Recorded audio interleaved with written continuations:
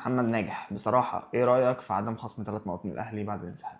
لا طبعا قرار كارثي وقرار خاطئ بنسبة مليار في المية. أصل بص، في قاعدة كده اتعلمناها، لا اجتهاد مع نص. في نص واضح وصريح تطبقه، خاصة ان انت عندك لسه مثال واضح وجلي، يعني واضح وضوح الشمس مع الزمالك السنة اللي فاتت وتم خصم النقاط منه. فخلاص يعني لو سالت اكتر واحد اهلاوي انت ايه رايك، يقول لك لا القرار ده غلط، لان الاهلي انسحب فيطبق عليه الخصم بتاع ال6 نقاط، يعني 3 بتوع الماتش و3 في نتيجه انسحابه في نهايه الدوري. ده موضوع مش محتاج، يعني انا بحس ان احنا بنقعد نهري وندخل نفسنا في مشاكل وقصص وحسابات وده وده وده وراح وحاجات كلها محسومه. يعني نفسي نوفر المجهود ده وربع المجهود ده بس في الكوره نفسها، في المستوى بتاع البطوله نفسها، في المستوى بتاع المنتج نفسه، هتلاقي الكوره عندنا راحت في حته تانية.